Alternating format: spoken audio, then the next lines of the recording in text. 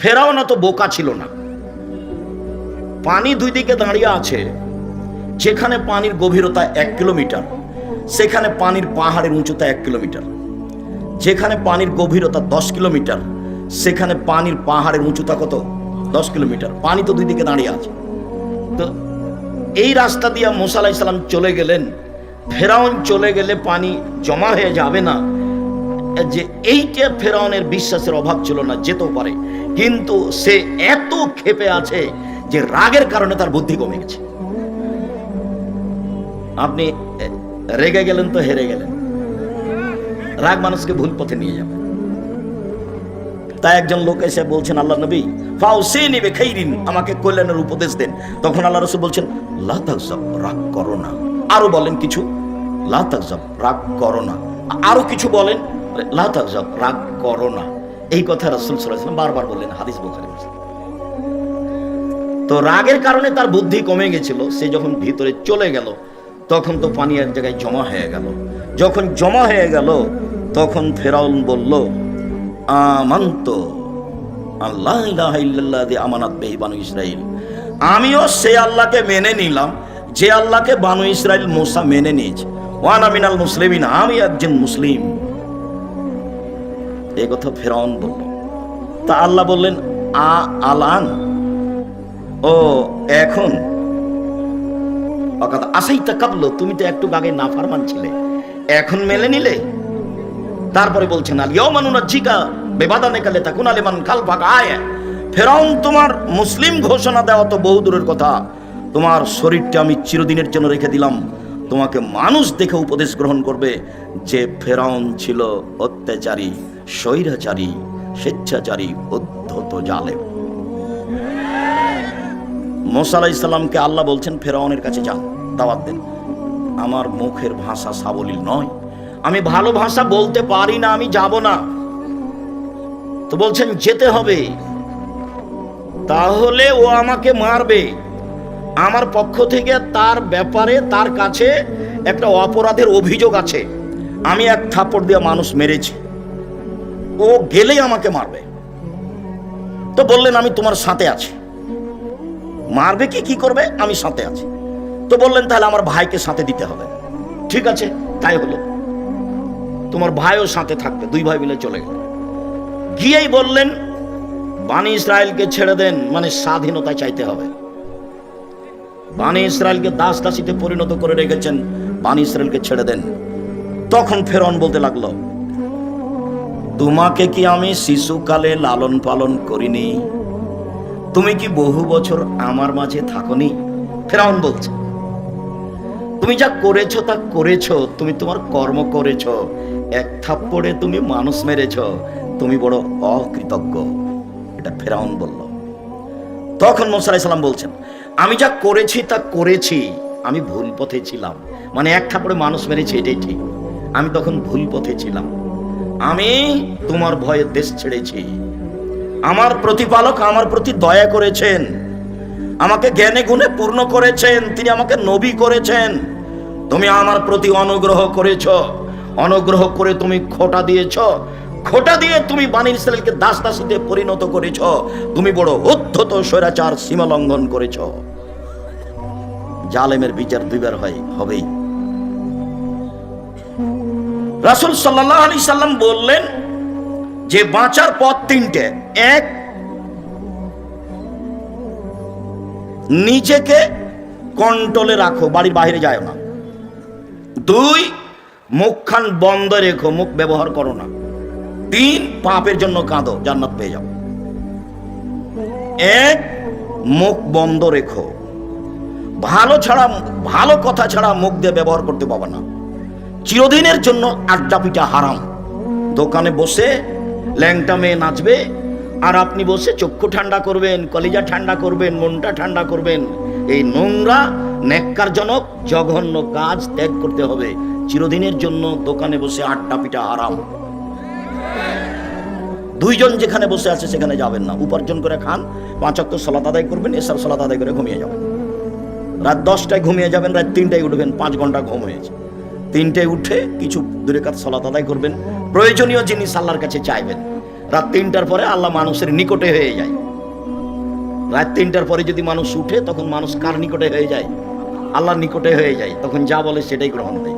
একাধিক সহিহ হাদিস, সে আলোচনা এখন নয়। আপাতত এই যে জাহান্নাম থেকে বাঁচার 1 নম্বর পথ, মুখ বন্ধ রেখো। মুখ ব্যবহার করতে হবে না, ক্ষমতা দেখাতে হবে না, দাপট দেখিয়ে 2 দিন বেঁচে থাকার প্রয়োজন নেই। দাপট হারিয়ে যাবে, দাপট হারিয়ে যাবে, চিরদিন থাকবে না। ক্ষমতা চিরদিন থাকার জিনিস নয়।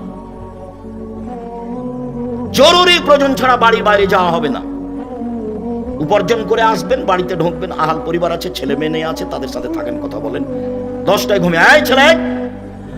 জায়গার তুলনায় উপস্থিতি অনেক বেশি। আমি আপনাদেরকে আন্তরিকভাবে অনুরোধ জানাচ্ছি, আমাকে দেখতে পান আর না পান, দয়া করে মুখখান বন্ধ রাখেন কিছু সময়। আপনাকে আমি জোরালোভাবে আন্তরিকভাবে অনুরোধ জানাচ্ছি, আমি আপনার জন্য এসেছি।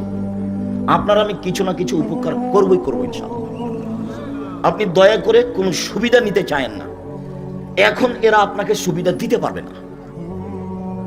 কাজে আপনি মুখখান বন্ধ রাখলে আরো 5 জন কিছু শুনবে, আপনিও কিছু শুনবেন। আর এখন যদি আপনি আপনার প্রয়োজন মিটান বা দোকান পাশে বসে কথা বলেন, তাহলে আপনার এই চরিত্রকে আমি ঘৃণা করি। আমি আব্দুর রাজ্জাক বিন ইউসুফ, চাঁপাইনবাবগঞ্জের মানুষ, মানে আমি আপনার কাছের মানুষ। আমি আপনার কাছে সবচেয়ে ভালোবাসা পাওয়ার হক রাখি। আমি আপনার কাছে সবচেয়ে বেশি দিন প্রচার করার অধিকার রাখি। এবং আপনি দিন ধর্মের ব্যাপারে আমার সাথেই পরামর্শ করবেন, এটা আমার আন্তরিক দাবি। আমি তাতে বলেছি, জাতির যদি রাস্তাঘাট করে দিতে না পারি, জাতির যদি স্কুল কলেজ করে দিতে না পারি, জাতিকে চূড়ান্ত সঠিক ধর্ম দিতে পারবো ইনশাআল্লাহ। ধর্মের ব্যাপারে জাতিকে ফাঁকি দিয়ে পরকাল হারাতে রাজি নই। আমি অন্য কাজ করি না। দিন রাত যেটা কাজ করি, 1 নম্বর কাজ হলো শিক্ষকতা করা। একবারে ক্লাসের যেটা শেষ কিতাব বুখারী সেটা পড়াই। 2 নম্বর কাজ হলো ফতোয়া লেখা। আমি শরীয়ত মোটামুটি বুঝি মানুষ হিসাবে, তবে মানুষ ভুলের ঊর্ধ্বে নয়। আমি আলহামদুলিল্লাহ ফতোয়া লিখি প্রায় 26 বছর থেকে। আর দিন ধর্ম প্রচার করি, তখন অপ্রয়োজনীয় কোনো কথা বলি না, কোনোদিন কেসা কাহিনী বলি না। একবারে 90 সাল থেকে নিয়ে এখন পর্যন্ত সব চ্যালেঞ্জ দেওয়া আছে। কোনো জায়গাতে যদি দেখা যায় যে আমি মাযহাবের ব্যাপারে কথা বলেছি বা সরকারি কথা বলেছি, তাহলে আমি জাতির সামনে কথা বলবো না। এক, মুখ বন্ধ রাখতে হবে। মুনাফিকি করে কোনো লাভ নেই। দিন রাত হ্যাঁ করে হেসে এর বিরুদ্ধে বলে এখানে সেখানে গিয়ে তাহাজ্জুদ পড়ে জান্নাত কিনে যাবে না। আর এসব 1 শ্রেণীর অশিক্ষিতা মেয়ে, ওর বাপে বলেছে আমার মেয়ে master degree pass. Master degree pass যে তুমি, তো তোমার মাথায় কাপড় নেই। তুমি কে বললো তোমাকে মাস্টার ডিগ্রি পাস? তুমি কি করে শিক্ষিতা হলে? তোমাকে দেখে মানুষ পাপ করে, তোমাকে দেখলেই পাপ হয়। তুমি কিভাবে শিক্ষিতা হলে? শিক্ষিতা মানে শিক্ষা কি মানুষের ক্ষতি করে? শিক্ষা মানুষের ক্ষতি করে না শিক্ষা মানুষের উপকার করে? তো তোমার দিয়ে তো ক্ষতি হয়। আর তোমাকে আমি কি দিয়ে বলবো? তোমার কথাটা আমি পরে বলতে চাচ্ছিলাম, দুঃখিত, আগেই চলে আসছে। যে আল্লাহ নবী বলছেন, নবীগণের বৈশিষ্ট্য শিষ্টাচার 10টা। এটা বৈশিষ্ট্য নবীগণের। সব নবী এই শিষ্টাচার পালন করেছেন, আদম থেকে নিয়ে মুহাম্মদ সাল্লাল্লাহু আলাইহি ওয়াসাল্লাম পর্যন্ত সব নবী। শিষ্টাচার 1, এফাউল্লাহ, দাড়ি বড় করতে হবে। ছোট করা, চেঁচে ফেলার কোনো সুযোগ নেই। দাড়ি চেঁচে ফেললে নারী সাদৃশ্য হয়। দাড়ি চেঁচে ফেললে মানুষ নারী মহিলার মতো হয়ে যায়। দাড়ি চেঁচে ফেললে পুরুষত্বা কমে যায়। দাড়ি চেঁচে ফেললে চোখের পাওয়ার কমে যায়। তো নবীগণের বৈশিষ্ট্য 1, দাড়ি ছেড়ে দেওয়া তার নিজের গতিতে। 2, কাসুস সারেফ, মোচ কেটে ফেলা। মোচ চেঁচে ফেলতে হবে না, কেটে ফেলতে হবে। মোচ কিছু থাকবে, এটা পুরুষের পরিচয়। 3, কাসুল আসফার, নখ কেটে ফেলা। তো তুমি একটা মাস্টার ডিগ্রি পাস মেয়ে, ম্যাট্রিক পাস করেছো, তোমার নখ বড় আছে, তুমি বলো দেখি কিভাবে তুমি শিক্ষিতা? কে তোমাকে বললো শিক্ষিতা? আমি আব্দুর রাজ্জাক বিন ইউসুফ বলিনি। তোমার বাপ যদি বলে থাকে, তোমার বাপও অশিক্ষিত মানুষ। তোমার মা যদি বলে থাকে, তোমার মাও অশিক্ষিত মানুষ। আর তোমার মা যদি কোনোদিন তোমাকে নখ কাটতে না বলে থাকে, নিশ্চিত তোমার এটা মা নয়, এটা তোমার সৎ মা। নিশ্চিত এটা তোমার খালা। সৎ মা ছাড়া তোমার কল্যাণ চাইলো না কেন? তোমার কল্যাণ চাইলো না কেন? মা তো এরকম হয় না। মার ব্যাপারে একটু পরে কথা আসছে, মা কাকে বলে, যেহেতু আদর্শ পরিবার আলোচনা। তো নখ বড় কেন? কেন নখ বড়? নবীগণের বৈশিষ্ট্য নখ কেটে ফেলতে হবে। রাস্তাঘাটে দেখেছি সেই জন্য রাখতে হবে? বিমানবালার আছে সেই জন্য রাখতে হবে? হিন্দুদের নীতি হলো কপালে টিপ দেওয়া। হিন্দুদের নীতি হলো কপালে টিপ দেওয়া। তোমার কপালে টিপ কেন? ইহুদি খ্রিস্টানদের পতিতালয়ের মেয়েদের বৈশিষ্ট্য হচ্ছে নখে নেইল পালিশ দেওয়া। ইহুদি খ্রিস্টানদের পতিতালয়ের মেয়েদের বৈশিষ্ট্য হলো নখে নেইল পালিশ দেওয়া। ইহুদি খ্রিস্টানদের পতিতালয়ের মেয়েদের বৈশিষ্ট্য হলো নখে নেইল পালিশ দেওয়া। তো তোমার নখ বড়ই বা কেন? তোমার নখে নেইল পালিশ কেন? এ জবাব দিবে। আমি যদি তোমার বাপ মাকে অশিক্ষিত প্রমাণ করতে না পারি, আমি আব্দুর রাজ্জাক বিন ইউসুফ নিজের জেলায় বক্তব্য দেওয়া ত্যাগ করলাম, জিন্দেগিতে বক্তব্য দেবো না। শিক্ষিত হও, চেষ্টা করো। মানুষই চেষ্টা করতে পারে, গরু ছাগল নয়, পশু প্রাণী পারে না। নাক ফুলেবে, বগলের লোম উঠিয়ে ফেলতে হবে। নারী পুরুষ একই হুকুম। বগলের লোম কেটে ফেলার কোনো সুযোগ নেই। যেভাবে সম্ভব, যেভাবে সহজ করেন, উঠে ফেলতে হবে। হালাকুল আনাত, নিচের লোম পরিষ্কার করতে হবে, ঊর্ধ্বে টান 40 দিন। যেভাবে সহজ, যেভাবে সম্ভব। পুরুষ নারী একই হুকুম। সব এগুলো নবীগণের বৈশিষ্ট্য। পেশাব পায়খানার পরে পানি দিয়ে পবিত্রতা অর্জন করতে হবে। পানি না থাকলে ঢেল টিস্যু পেপার। পানি আছে তখনও কেউ যদি ঢেল টিস্যু পেপার নেই, তাহলে সে রাসূলকে অপমান করল। আর যারা বুঝেছে যে আগে ঢেল টিস্যু পেপার, পানি পরে পবিত্রতার জন্য, তারা রাসূলের সাথে অন্যায় আচরণ করেছে। 40 কদম হাঁটার তো কোনো প্রশ্নই আসে না। পায়ের উপরে পা উঠিয়ে খক খক করে কাশার তো কোনো প্রশ্নই আসে না। আমি 1 মিনিটের জন্য ধরে নিলাম, এই ছেলে প্রস্তুত থাকো, কথা যেন কোনোটা মিস না হয়। শোনো, পবিত্রতা তো ভালো কাজ। তো স্বামী 40 কদম হাঁটবে পবিত্রতার জন্য ঢেল নিয়ে, স্ত্রীকে ঢেল নিয়ে 40 কদম হাঁটা লাগবে না? ধর্ম কি একজনের জন্য? স্ত্রীকে পায়ের উপরে পা উঠাতে হবে না? স্ত্রীকে পবিত্রতার জন্য খক খক করে কাশতে হবে না? ভুল হিসাব। রাসূলের কাছে থাকেন, পথ সহজ হবে। বলছে আব্দুর রাজ্জাক সাহেব, বেশ কিছুক্ষণ ঢেল নিয়ে থাকার পরে থাকি এই জন্য যে পেশাব আসছে বলে মনে হয়। 40 ঘন্টা পরে যদি আপনি টিস্যু ফেলেন, তবুও মনে হবে যে পেশাব আসলো মনে হয়। কেন? শয়তান এখন আপনাকে বোকা বানিয়েছে। আল্লাহর নবী বলছেন যে মসজিদ থেকে বের হবা না বায়ুর শব্দ স্পষ্ট কানে না শুনলে, আর বায়ুর গন্ধ স্পষ্ট নাকে না আসলে।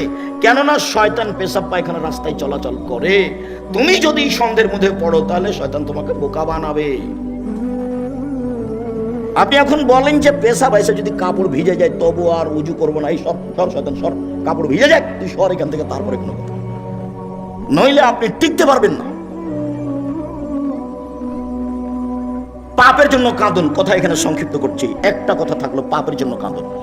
রাসূল সাল্লাল্লাহু আলাইহি সাল্লাম বলেন, লা ইয়ালিজার রাজুলুন নারা বাকা মিন খাশিয়াতিল্লাহ হাত্তা ইয়ালিজাল লাবানু ফি দারে। গাভীর বাঁট ওলান থেকে চাপ দিয়ে দুধ বের করে ভিতরে ঢোকানো যায় না যেমন, আল্লাহর ভয়ে কাঁদে যে সে জাহান্নামে যাবে না তেমন।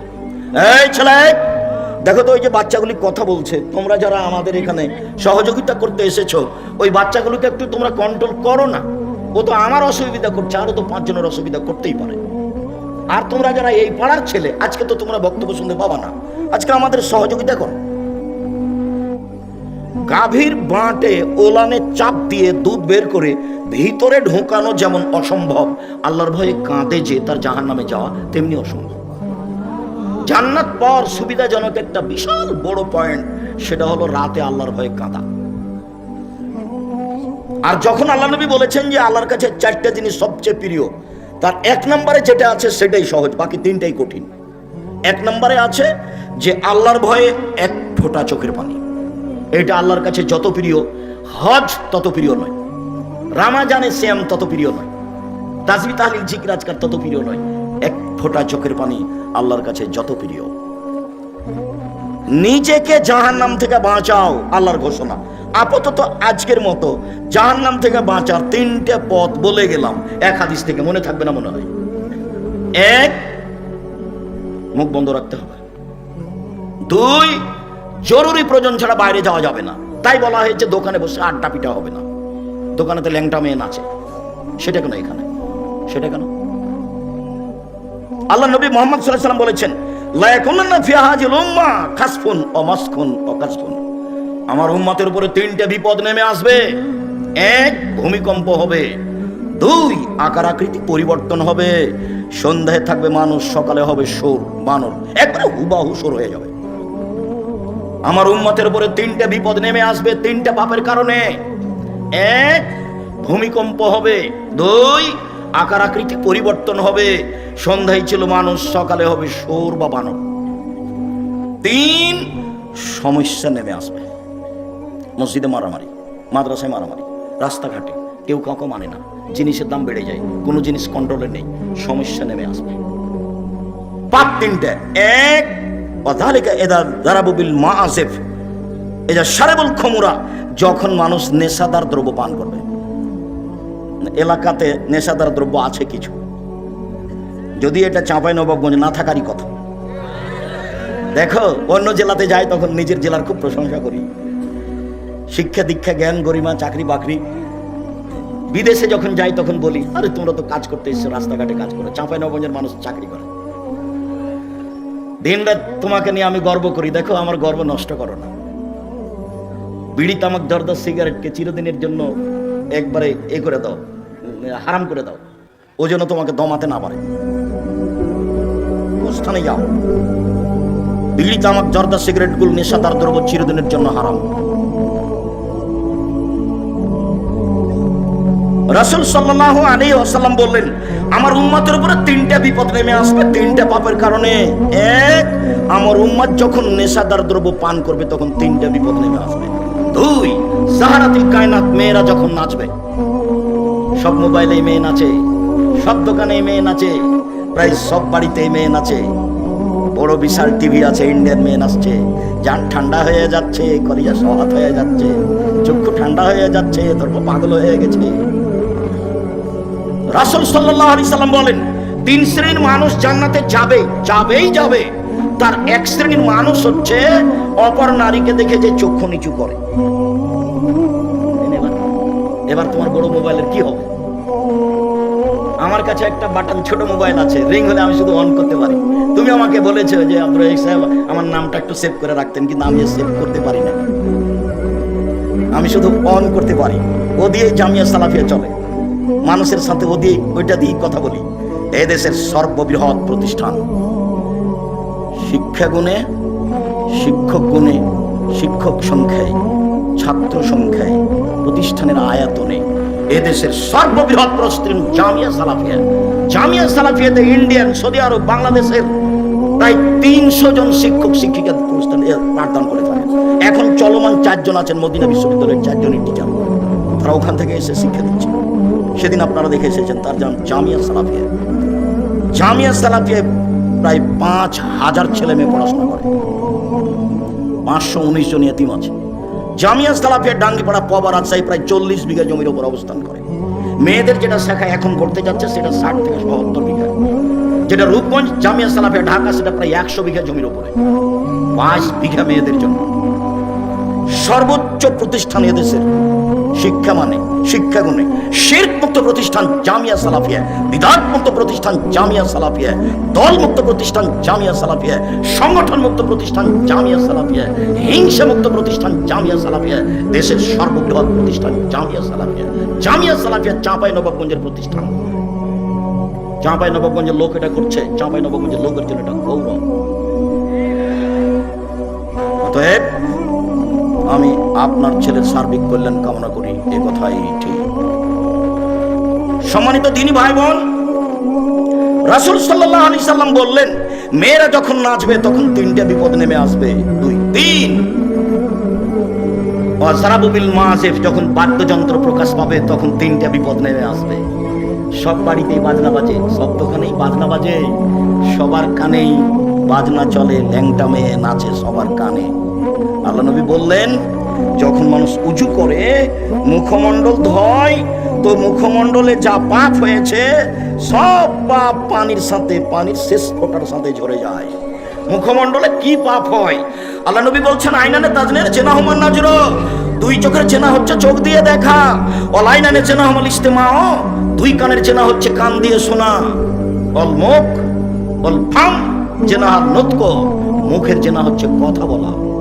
এগুলো সব মুখমণ্ডলে আছে। এগুলো বড় বড় চেনার মাধ্যম, কান চেনার মাধ্যম, চক্ষু চেনার মাধ্যম, মুখ চেনার মাধ্যম। বুঝুনি তুমি? না বুঝে তুমি মেয়েটার সাথে দিন রাত গল্প করো প্রেমের চেনার, তুমি মনে করো কেউ দেখে না। ভুল হিসাব তোমার। তুমি মারিয়ামের মতো ভুলে যাও। মারিয়াম বলেছিল কুনতু নাসিয়া মানসিয়া, আমি জাতির কাছে এমন হতে চাই আমি মারিয়াম, এটা কেউ জানবে না যে আমি মারিয়াম। কেন? আমি যদি বাচ্চা নিয়ে গ্রামে যাই তাহলে জনগণ বলবে ছি ছি ছি ছি ছি, তুমি চেনা করে বাচ্চা নিয়ে এসেছো। তুমি বাইতুল মুকাদ্দাসে মসজিদে থাকো, মসজিদ ঝাড়ু দাও, তুমি এমন কাজ করো, আমি কি দিয়ে বোঝাবো গ্রামবাসীকে? বাচ্চা নিয়ে গ্রামে ঢুকলেন, তখন গ্রামের লোকেরা বললো ছি ছি ছি ছি ছি ছি, তোমার মা ভালো, তুমি এত খারাপ। ছি, তোমার বাপ ভালো, তুমি এত খারাপ। তো আমি মারিয়াম নাসিয়া মানসিয়া হয়ে যেতে চাই, কেউ যেন না জানে আমাকে। ওই মেয়েটার নাম্বার তুমি চিরদিনের জন্য ভুলে যাও। মেয়েটা যে কে এটা তুমি ভবিষ্যতেও মনে রাখবা না, কোনো দিন মনে রাখবা না। নইলে ও তোমাকে ধ্বংস করবে, তোমার বাপকে ধ্বংস করবে, তোমার বংশকে ধ্বংস করবে, তোমার জাতিকে করবে। তুমি সেখান থেকে ফিরে আসো 1 মিনিট, তোমাকে এখানে বাস্তব দেখায়। জুলাইখায় দরজা বন্ধ করেছিল সব। জুলাইখা সব দরজা বন্ধ করে বলেছিল ইউসুফকে, হাই তালাক, এইসব তুমি আমার সাথে জেনায় লিপ্ত হও। তখন এইসব বলেছিলেন মাযাল্লাহ, আমি আল্লাহর কাছে আশ্রয় চাচ্ছি। বলো কি তুমি? ইন্নাহু রাব্বি আহসানা মাসায়া, আরে তোমার স্বামী আমার মালিক, আমাকে ভালো থাকতে দিয়েছেন, আমাকে ভালো খেতে দিয়েছেন, আমি এই অন্যায় কেমনে করি? তোমার স্বামী আমার মালিক জুলাইখা, তোমার স্বামী আমার মালিক, আমাকে ভালো থাকতে দিয়েছেন, ভালো খেতে দিয়েছেন, আমি ওই অন্যায় কেমনে করতে পারি? মাযাল্লাহ, আমি আল্লাহর কাছে আশ্রয় চাচ্ছি। এই বলে তিনি দিলেন দৌড়। তখন দরজা খুলে বের হয়েছেন, এটা বোঝা যায় না। তিনি যখন শেষ দরজায় বের হয়েছেন, পিছনে আছে জুলাইখা, সামনে পড়ে গেল জুলাইখার স্বামী, এক জায়গায় 3 জন। জুলাইখার স্বামী, জুলাইখা, ইউসুফ আলাইহিস সালাম।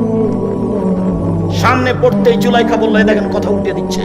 জুলাইখা বলল, এই দেখেন আপনি যাকে বাড়িতে রেখেছেন সে আপনার স্ত্রীর সাথে জেনা করতে চায়। এত খারাপ মানুষ আপনি বাড়িতে রাখেন, এর কি শাস্তি হতে পারে? আরে আপনি কি শাস্তি উল্লেখ করবেন? আমি জুলাইখা বলছি, একে যথাযথ পিটন দিতে হবে, নইলে জেলখানায় বন্দি করতে হবে। 12 বছর জেল হলো। 12 বছর পরে সরকারের পক্ষ থেকে ইউসুফকে ডেকে পাঠানো হলো। এইসব বললেন, জি না, আমি জেল থেকে বের হব না যতক্ষণ পর্যন্ত জুলাইখা জাতির সামনে ঘোষণা না দিবে আমি জুলাইখা অন্যায় করেছি, ইউসুফ করেনি। এই ঘোষণার পূর্ব পর্যন্ত আমি ইউসুফ জেল থেকে বের হব না। আমাদের নবী মুহাম্মদ সাল্লাল্লাহু আলাইহি ওয়াসাল্লাম বললেন, আমার চেয়ে ইউসুফের অনেক ধৈর্য বেশি, আমার চেয়ে ইউসুফের অনেক ধৈর্য বেশি। আরে আমি মুহাম্মদ সাল্লাল্লাহু আলাইহি ওয়াসাল্লাম যদি 12 বছর জেলে থাকতাম আর সরকারি ভাবে যদি আমাকে ডেকে পাঠানো হতো, তাহলে আমি তাড়াহুড়ো করে বের হতাম। চলো চলো চলো চলো। আমাদের নবী মুহাম্মদ সাল্লাল্লাহু আলাইহি ওয়াসাল্লাম বলছেন যে আমার চেয়ে ধৈর্যশীল কে? ইউসুফ আলাইহিস সালাম। ইউসুফ আলাইহিস সালাম বলছেন, জি না, হবে না, আগে জুলাইখাকে জাতির সামনে ঘোষণা দিতে হবে। জুলাইখা ঠিকই 12 বছর পরে জাতির সামনে ঘোষণা দিল, আমি অন্যায় করেছি, ইউসুফ অন্যায় করেনি। এই যে দেখছেন না, নারী হলো 3 জানের বড়ি, নারী হলো 3 জানের বড়ি। গোপন কথা বলা হবে না, সাথে সাথে তার ফাঁদে পড়া হবে না, তার ফাঁদে পড়লে সবকিছু হারিয়ে যাবে। শুনুন, রাসূল সাল্লাল্লাহু আলাইহি সাল্লাম বলেন, 3টা পাপের কারণে আমার উম্মতের উপরে গজব নেমে আসবে। 1, যখন তারা নেশাদার দ্রব্য পান করবে। 2, মেয়েরা যখন নাচবে। 3, যখন বাদ্যযন্ত্র প্রকাশ পাবে। সব দোকানে বাজনা বাজে, সব মোবাইলে বাজনা বাজে। তোমার মোবাইলে যেন আর কখনো কোনো মেয়ে না নাচে, চিরদিনের জন্য তুমি বন্ধ করো। চক্ষু ঠান্ডা করে জান্নাতের মেয়ে ভোগ করার হিসাব করো না। জান্নাতের মেয়ে ভোগ করা অত সহজ নয়, ওরা অত সাধারণ ভাবে নেই। আল্লাহ তাআলা বলছেন, ওরাকে আমি এমন ভাবে রেখেছি জিন কোনোদিন তাদের স্পর্শ করেনি, মানুষ তাদের স্পর্শ করেনি। ওরাকে ঝিনুকের মধ্যে লুকানো আছে, যখন তাদেরকে বের করা হবে তখন মনে হবে যে এরা ঝিনুকের মধ্যে লুকানো মুক্তা। তাদের কোনোদিন পেশাব হবে না, তাদের কোনোদিন পায়খানা হবে না, তাদের কোনোদিন হায়েজ হবে না, তাদের রূপ চেহারা ভিন্ন ধরনের হবে। 16-18 বছর মেয়েরা যেমন হয়, জান্নাতের মেয়েরা তেমন হবে, তার চেয়ে হাজারো গুণ সুন্দরী। চক্ষু হবে টানা টানা, লম্বা লম্বা, আর মাথার চুল হবে ককড়া ককড়া। সুন্দরী হওয়ার জন্য যা কিছু লাগে সব কিছু তাদের মাঝে আছে। জান্নাতের মেয়ে ভোগ করতে হলে এই চক্ষু দিয়ে এইসব কিছু ভোগ করে জান্নাতের মেয়ে ভোগ করা যাবে না, বহুল হিসাব। এখানে আরো একটা কথা থেকে গেল। আল্লাহ নবী বলছেন, সালাসাতুন লা ইয়াদখুলুল জান্নাহ আবাদা। 3 শ্রেণীর মানুষ জান্নাতে যাবে না, কখনো যাবে না। 3 শ্রেণীর মানুষ জান্নাতে যাবে না, কখনো যাবে না। এক, দায়ুস, যার ছেলে মেয়ে স্ত্রী পর্দায় থাকে না। গ্রামের সবাই নাকি চাচা, গ্রামের সবাই নাকি বড় ভাই, সবাই নাকি ছোট ভাই, ধর্ম এইভাবে আছে। তাহলে তো বিবাহের মতোই হয়ে গেল। থুবড়া খাওয়াচ্ছে, তখন ওই লোকটার সামনে মেয়েটা বসে আছে, এটা তো চাপাই না বাবু। তো মেয়েটা বসে আছে আর ওই লোকটা তার মুখে ক্ষীর তুলে দিচ্ছে। কত নোংরা নীতি বিবাহের! ছি ছি ছি ছি ছি। বইয়ের মুখে ক্ষীর তুলে দিতে হয়, বইয়ের মুখে দিতে হয়। ওকে বল, ওই মেয়েটার বিবাহ হবে, তাই থোবড়া, তাই সবাই গ্রামের লোক থোবড়া খাওয়াচ্ছে। আর মহিলাগুলো গীত বলছে আর বলছে টাকা দিলে মুখ খুলবো। থোবড়া চিরদিনের জন্য হারাম। থোবড়া শব্দর মুখের উপরে পেশাব করে দিতে হবে, দিয়ে বলতে হবে থোবড়া পৃথিবীতে নেই। 20 বছর পরে কেউ যদি বলে থোবড়া, তাহলে আর কেউ বলবে কি গো, থোবড়া কি জিনিস গো? আচ্ছা, থোবড়া শব্দ কি তাহলে ডিকশনারিতে দেখতে হবে নাকি, কি সেটা এমন হতে হবে। যেমন ডুলি বিবি শব্দ চিরদিনের জন্য হারাম। ডুলি বিবি শব্দ একবারে ভুলে যেতে হবে, ডুলি বিবি কোনো শব্দই নেই। বিবাহতে গিয়ে মাঝা খরচ দিতে হবে, এটা হারাম। বিবাহতে ছেলের পক্ষ থেকে মেয়ের পক্ষ থেকে যা গেছে আপনার ওই ইয়েতে বরন্তাতে ক্ষীর কাঁচিতে ছেলের পক্ষ থেকে তার ডবল যাবে, এই নীতি হারাম। মেয়ের বাপকে সবকিছু বেশি দিতে হবে, এই নীতি হারাম। বড় মেয়েদের গীত গাওয়া, এই নীতি হারাম। বউ দেখতে যে টাকা দেওয়া, এই নীতি হারাম। চাঁপাই নবাবগঞ্জের বিবাহের শুরু থেকে শেষ পর্যন্ত একটা কাজ যায় যে এ কথা আমার জানা নেই। শুরু থেকে শেষ পর্যন্ত সবই হারাম। একটা কাজ যায় আমি এই জেলার মানুষ হিসেবে আমার জানা নেই। যদিও এরা একটা কাজ মনে করে যে উকিল বাপ লাগে, উকিল বাপ লাগে। তো রংপুর, দিনাজপুর, লালমনিরহাট, নীলফামারী, কুড়িগ্রাম, পঞ্চগড়, ঠাকুরগাঁ এইসব ডিস্ট্রিক্টের মানুষ মনে করে যে উকিল বাপ ধরাই লাগবে। আর চট্টগ্রামের লোক মনে করে যে উকিল বাপই হলো বাপ। আজ থেকে ওই হলো বাপ, ওই মেয়ের বাড়ি যাবে, ও আসবে, এই হলো বাপ ঘোষণা হয়ে গেছে। যাবে আসবে, যাবে আসবে, মরা পর্যন্ত হলো বাপ আর হলো বেটি। কেমন কথা! এই কোন ধরনের নোংরা নীতি? বিবাহের জন্য 4 জন সাক্ষী লাগে না, 2 জন লাগে। 4 জন নয়, খাতাতে নিয়ম লেখা আছে, ওটা হারাম। 2 জন সাক্ষী পক্ষে নয়। একটা বিবাহ জায়েজ হওয়ার জন্য কয়টা সাক্ষী? 2 জন। বাস, কোর্টের বিবাহ বাতিল। কোর্টে যদি বিবাহ হয় আর মেয়ে যদি 10 ছেলে হয়ে যায় তো 10টাই হারাম। 10 ছেলের মায়ের বিবাহ পড়াতে হবে। কাকে দিয়ে পড়াতে হবে? ওর বাপকে। বলো ওর বাপ মারা গেছে। তোর ভাই বলো ওর বড় ভাই মারা গেছে। বলো ওর ছোট বেলা ছোটটাও মারা গেছে। কে আছে? যেগুলো ছেলে জন্ম নিয়েছে সেগুলো আছে। ওর মা আর বিবাহ পড়ায়। বিবাহ পড়াতেই হবে। কোর্টের বিবাহ বাতিল, কোর্টের বিবাহ বাতিল, কোর্টের বিবাহ বাতিল। আমি বলিনি, ও কথা মুহাম্মদ সাল্লাল্লাহু আলাইহি ওয়াসাল্লাম বলেছেন। বলছিলাম আল্লাহ তাআলা বলেন, তোমরা নিজেদেরকে জাহান্নাম থেকে বাঁচাও, পরিবারকে জাহান্নাম থেকে বাঁচাও। দেখি পরিবারকে কিভাবে জাহান্নাম থেকে বাঁচানো যায়। আবু হুরায়রা রাদিয়াল্লাহু তাআলা আনহু বলেন, রাসূল সাল্লাল্লাহু আলাইহি সাল্লাম বলেছেন, কুল্লু মাউলুদিন ইউলাদু আলাল ফিতরা। প্রত্যেকটা ছেলে মেয়ে ইসলামী ধারণ ক্ষমতা নিয়ে জন্মগ্রহণ করে। প্রত্যেকটা ছেলে দাড়ি ছেড়ে দিতে পারবে, এই ক্ষমতা আছে।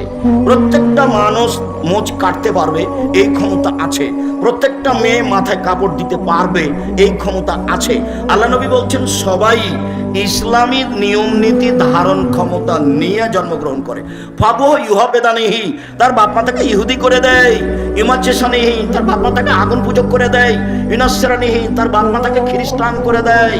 বাপ মা ছেলে মেয়েকে যেভাবে গড়ে তুলে সেইভাবে গড়ে উঠে। চাঁপাই নবাবগঞ্জের ভাষাতে সঙ্গ দোষে লোহা ভাসে। এটাই হলো বুখারী মুসলিমের হাদিসের তরজমা। সঙ্গ দোষে লোহা ভাসে। এবার তুমি বলো, মেয়েটা ক্লাস 10-এ পড়ে, তার মাথায় কাপড় নেই, এই কাজটা কে করেছে? ওর মা। আমি বলছি ওটার মা নয়, ওটা ওর সৎ মা। ওর মা বলবে, মাথায় কাপড় নিতে বাইরে না, কোথায় যাচ্ছিস? তাহলে তো ভেনে কিন্তু ওর মা সব সময় গরম হয়ে থাকবে তার বাচ্চা। হ্যাঁ, কোথায় গেছিলি? এতক্ষণ গেছিলি কোথায়? ও তো পাহারাদার। আল্লাহ সঙ্গ দোষে লোহা ভাসে। এটা বুখারী মুসলিমের হাদিসের সারমর্ম কথা। বাপ মা যদি ইহুদি হয়, ছেলে মেয়ে ইহুদি হয়ে গড়ে উঠবে। বাপ মা যদি খ্রিস্টান হয়, ছেলে মেয়ে খ্রিস্টান হয়ে গড়ে উঠবে। বাপ মা যদি আগুন পূজক হয়, ছেলে মেয়ে আগুন পূজক হয়ে গড়ে উঠবে। শুনুন, অনেকদিন বলা আছে, দুইটা মেয়ে একসাথে জন্ম নিয়েছে, দুইজনই সুন্দরী, দেখতেও ভালো, মেধাও ভালো, একই সাথে জন্ম নিয়েছে, যমজ। একজনের বিবাহ হয়েছে কথার কথা আওয়ামী লীগের ছেলের সাথে, আর একজনের বিবাহ হয়েছে বিএনপি ছেলের সাথে। দুই বোনে এখন আর কথা বলে না, একসাথে থাকতো, একসাথে চলতো, একসাথে। ওর প্রতিক্রিয়া এর ভিতরে ঢুকেছে, ওর প্রতিক্রিয়া এর ভিতরে ঢুকেছে। এটাই শেষ পর্যন্ত হাদিস এরকমই থাকবে। এক খেয়ালে চেয়ে থাকবেন, আমি আপনার সাথে আছি কিছুক্ষণ। সম্মানিত দিনী ভাই বোন, আবু হুরায়রা রাদিয়াল্লাহু তাআলা আনহু বলেন, রাসূল সাল্লাল্লাহু আলাইহি সাল্লাম বলেছেন, কুল্লু নাফসিম মিন বানি আদম সাইয়্যিদ। আদম সন্তানের পুরুষ নারী সবাই দায়িত্বশীল, সবাই নিজের নিজের নিজ নিজ দায়িত্ব পালন করবে। আদম সন্তানের সবাই দায়িত্বশীল। তাহলে বাপ আর রাজুলু সাইয়্যিদ ফি বাইতি আহলিহি, বাপ হচ্ছে তার পরিবারের উপরে দায়িত্বশীল। বাপ হলো তার পরিবারের উপরে দায়িত্বশীল। ওয়াল মারআতু সাইয়্যিদাতু বাইতিহা, আর মহিলা হচ্ছে বাড়ির দায়িত্বশীলা। আল্লাহ নবী যখন বাপের কথা বললেন তখন বললেন পরিবার, আর যখন মায়ের কথা বললেন তখন বললেন বাড়ি। বাড়িটা সাজগোজ করে রাখবে মা, বাড়িটা সুন্দর করে গুটিয়ে রাখবে মা, ছেলে মেয়েকে দেখাশোনা করবে মা, স্ত্রী সহ পুরো পরিবার কন্ট্রোল করবে বাপ। ও হলো এই পরিবারের মালিক। আর একজন কি করলো সেটা আপনার দেখার প্রয়োজন নেই। আপনি কি করছেন, আপনি পরিবারকে জাহান্নাম থেকে রক্ষা করুন, আপনি পারবেন। ছেলের দাড়ি চাঁচা আছে, জবাব আপনাকে দিতে হবে। ছেলে টাকনো নিচে প্যান্ট আছে, জবাব আপনাকে দিতে হবে। আপনার বাড়িতে একটা খেয়ে নিয়ে এসেছেন পট, বাচ্চার পায়খানা করা পট, সেটা হলো ঘোড়া, জবাব আমি দেব? এই বাড়িতে তো ফেরেশতা আসবে না। আপনি এই পট কিনলেন কি করে? এই পট যদি আমাদের বাড়িতে যায় তাহলে প্রথমত মাথাটা কেটে দেওয়া হবে, যদি না হয় ফেরত দেওয়া হবে, যদি না হয় তাহলে মাটিতে পুঁতে দেওয়া হবে। আপনার স্ত্রী কি দায়িত্ব পালন করে? আপনার স্ত্রী একটা প্লেট কিনেছে, তাতে আছে চিংড়ি মাছ, ও নাকি শিক্ষিতা? আপনার স্ত্রী একটা আয়না কিনেছে, আয়না হলো রুই মাছ। আপনার স্ত্রী একটা তরকারির বাটি কিনেছে, সেটা হলো কাতল মাছ। কি বুঝাতে চাচ্ছেন আপনি আমাকে? আপনার শোকেজে কাঁকড়া সাজানো আছে, আপনার স্ত্রী অ্যালবামে ছবি ছেলে মেয়ের রেখেছে, বাপ মায়ের রেখেছে, এ শিক্ষিতা নয়। একজন অশিক্ষিতা মহিলা এ পরিবার কন্ট্রোল করতে পারে না, আপনিও পারবেন না। আপনি আপনার পরিবারের দায়িত্ব পালন করেন না। আপনার বাড়িতে কার্টনওয়ালা গেঞ্জি গেল কেন? আপনার ছেলের গায়ে কার্টন আছে, দেখা যাচ্ছে ছবি মানুষের, দিন রাত ঘুরে বেড়াচ্ছে, চোখে পড়ে না? আপনার স্ত্রী আপনার বাচ্চার পায়জামাটা প্যান্টটা রোজ ধুয়ে দিচ্ছে, প্যান্টটা টাকানো নিচে যায়, সেটাও দেখতে পায় না। ও যে দায়িত্বশীল, কি দায়িত্ব পালন করে? আপনি যে দায়িত্বশীল, কি আপনি দায়িত্ব পালন করেন? সম্মানিত দিনী ভাই বোন, আব্দুল্লাহ ইবনে ওমর রাদিয়াল্লাহু তাআলা আনহু বলেন, এই ছেলে বসো, অল্প সময়, আপনি বিরক্ত হয়ে আমাকে কষ্ট দিবেন না। আর আমি তাফসীর মাহফিল করতে আসিনি যে আপনি বাদাম খাবেন আর আমি কিসসা কাহিনী বলবো, এরকম কাজ আমি করি না। আর তাফসীর মাহফিলের কথাটা আসতে আপনার সাথে আমি একটা কথা বলে রাখছি। আমি আব্দুর রাজ্জাক বিন ইউসুফ, আপনার বাড়ির মানুষ। আমি চাঁপাইনবাবগঞ্জের মানুষ, মানে আমি আপনার বাড়ির মানুষ, আপনার বাড়ির মানুষ আমি হতে চাই। আপনি উপেক্ষা করে কিছু করলে জবাব আপনাকে কিয়ামতের মাঠে দিতে হোক, এটা আমি চাই না। শুনুন, আল্লাহ রাসূল বললেন, পৃথিবীর মানুষ আমার একটা কথা জানা থাকলে অন্যকে বলো। পৃথিবীর মানুষ আমার একটি কথা জানা থাকলে অন্যকে বলো। দুই, বানি ইসরাইল হারাজ, বানি ইসরাইলের কাহিনী বলো, কোনো দোষ নেই। বানি ইসরাইলের কাহিনী বলো, কোনো দোষ নেই। আমান কাযাবা আলাইয়া মুতাআম্মিদান ফালিয়াতাবাওয়া মাকআদাহু মিনান নার, কেউ যদি কোনো কথা আমার নামে বলে, সেই কথা যদি আমার না হয় তাহলে তার থাকার জায়গা জাহান্নাম। পাগড়ি যত বড়ই হোক, জুব্বা যত বড়ই হোক, রেহাই হবে না। আপনি যেই কথাটা মুখ দিয়ে বললেন, যেই কথাটা কলমে লিখলেন, সেটা যদি নবীর না হয় তাহলে আপনার থাকার জায়গা জাহান্নাম। জেনা করে জাহান্নামে গেছে এ কথা নয়, সুদ খেয়ে জাহান্নামে গেছে এ কথা নয়, মানুষকে মেরে জাহান্নামে গেছে এ কথা নয়, জুলুম অত্যাচার করে জাহান্নামে গেছে এ কথা নয়, ধর্মের নামে একটা কথা বলেছে যেটা রাসূলের নয়। আমি আপনাকে শতদিন বলেছি, আমার চাচাতো ভাই চাঁপাই নবাবগঞ্জ শহরের ওই পাশে বক্তব্য শুনতে এসে আমাকে বাড়িতে গিয়ে বলছে যে তাফসির যে করলো, সে কি তাফসির, ওগুলো তোরা জানিস না। ভাইজান কি বললো, ও ছাড়, ওগুলো তোরা পারবি না। আচ্ছা বলেন, আমি একটু শুনি, কি করলে একটু বলেন না। তখন বলছে জীবনে ওই সব তাফসির শুনিসনি। আচ্ছা শুনিনি বলেন। তো বলছে যে আদম আলাইহিস সালাম ঘুম থেকে উঠে দেখেন পাশে একজন সুন্দরী মহিলা। তো আদম আলাইহিস সালাম হাত বাড়ালেন, তখন ফেরেশতা বলছেন থামেন। তো আদম আলাইহিস সালাম বলছেন কেন? মোহর দিতে হবে। মোহর আবার কি? তো বলছে যে মুহাম্মাদের নামে 10 বার দরুদ পড়ে দিতে হবে, সেইটা হলো মোহর। আল্লাহ বলছেন যে আদম আলাইহিস সালাম সবচেয়ে বড় শিক্ষিত পৃথিবীতে। কেন? আল্লাহ বলছেন আমি আদমকে কি করেছি, সবকিছু শিখিয়ে দিয়েছি। এমন কোনো কিছু পৃথিবীতে ছিল না, এখন নেই, কিয়ামত পর্যন্ত হবে না, যেটা আদম জানতেন না। আদম আলাইহিস সালাম পৃথিবীতে সবচেয়ে বড় শিক্ষিত। এত বড় শিক্ষিত মানুষ বউখান কিভাবে হালাল করতে হবে সেটাই জানেন না। মোহর না দিয়েই হাত বাড়াতে গেলেন, ফেরেশতা বললেন থামেন। আদম আলাইহিস সালাম বললেন কেন? মোহর দিতে হবে। মোহর আবার কি জিনিস? মুহাম্মাদের উপরে 10 বার দরুদ পড়ে দিতে হবে, 1000 বার দরুদ পড়ে দিতে হবে। আমি কিয়ামত পর্যন্ত সময় দিয়েছি, কিয়ামত মানে আমার মরা পর্যন্ত। যেমন কোরআন মাজিদের গায়ে শরীফ লেখা আছে, আমি সময় দিয়েছি কিয়ামত পর্যন্ত, না আমার মরা পর্যন্ত। কোরআন মাজিদের শেষে 1 পৃষ্ঠা দোয়া লেখা আছে, দোয়া খাতমিল কোরআন। আমি বলেছি নবীর নয়, এটা মানুষের বানানো। সময় দিয়েছি কিয়ামত পর্যন্ত, না আমার মরা পর্যন্ত। আপনি মনে কষ্ট নিয়েন না, আমি আপনার ভাই। আপনি মনে কষ্ট নিয়েন না, আমি আপনার ভাই। আপনি মনে কষ্ট নিয়েন না, আমি আপনার ভাই, আমি আপনার ছেলে। আপনার বাড়িতে লেখাপড়া করে আমি মানুষ হয়েছি, আপনার সামনে আমি হক কথা বলবো, এটা আমার অধিকার আছে।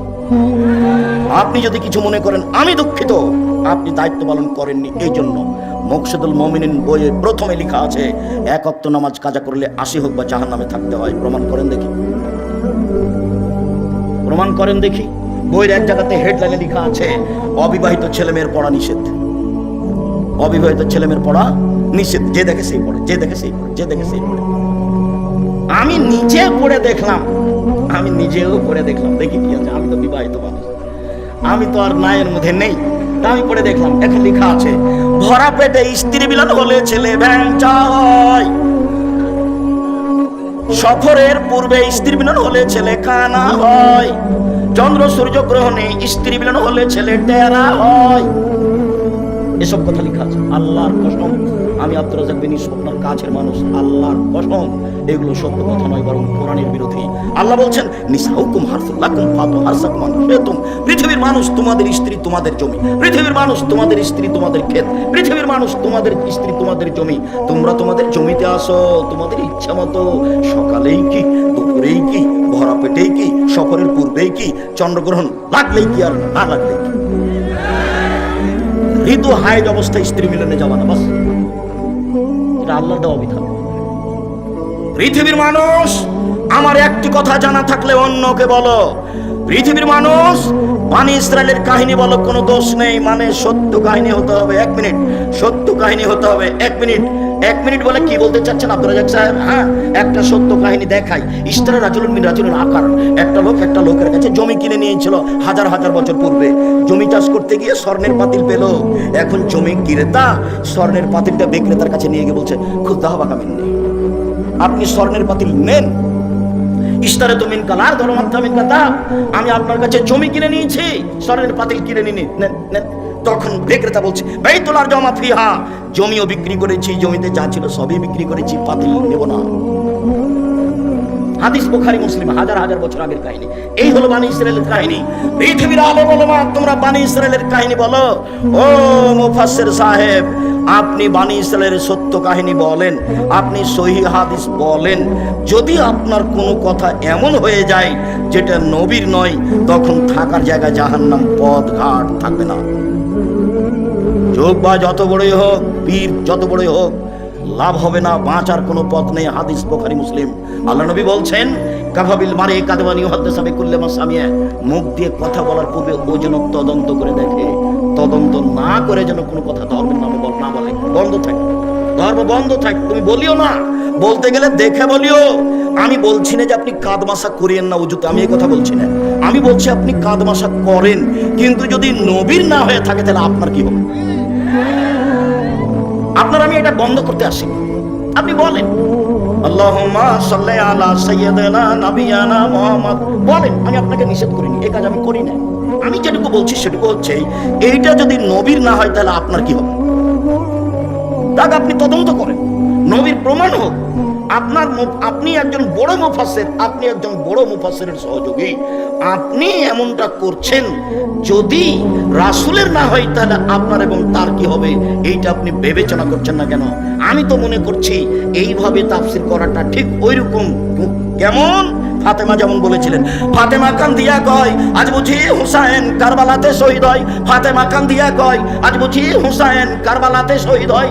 যেদিন হুসাইন কারবালাতে শহীদ হচ্ছেন ইরাকের মাটিতে, তার 49 বছর আগে ফাতেমা মারা গেছেন। কতদিন আগে মারা গেছেন? 49 বছর আগে। তাহলে ফাতেমা এভাবে কিভাবে বলবেন? তাহলে তো ধর্মের কথা, আমি যদি এরকম বক্তা হই তাহলে আমার কথা হয়ে গেল ওইরকম পুথির গানের মতো, 6 মাসের রাস্তা মর্দ 6 দিনে গেল, ঘোড়ায় চড়িয়া মর্দ হাঁটিয়া চলিল। ধর্ম এরকম নয়।